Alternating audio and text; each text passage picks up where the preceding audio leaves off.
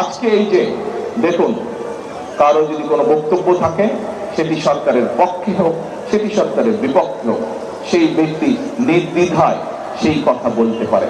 আজকে দেখুন, সংবাদপত্রে কোনো সংবাদপত্রে যদি কোনো খবর ছাপে, সেটি সরকারের পক্ষে হোক অথবা সরকারের বিপক্ষে হোক, সেই সংবাদপত্র কিন্তু ভয় পায় না, সে তার কথা বলে।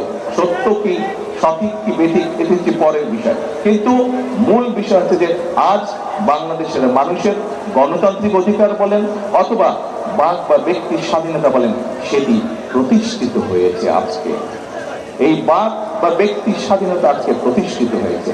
এই ব্যক্তি স্বাধীনতা, বাক স্বাধীনতা প্রতিষ্ঠিত হয়েছে বলেই আজকে আমরা জনগণের জন্য কাজ করতে পারছি। এই বাক ব্যক্তি স্বাধীনতা হয়েছে বলেই আজকে আমরা দেশের জন্য কাজ করতে পারছি।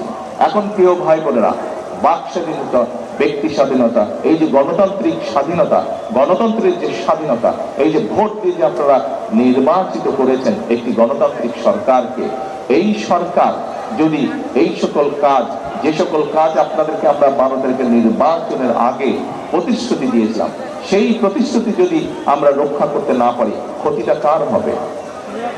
আবার কার হবে? হলে যদি জনগণের লাভ হয়, না হলে কার ক্ষতি হবে? জনগণের ক্ষতি হবে।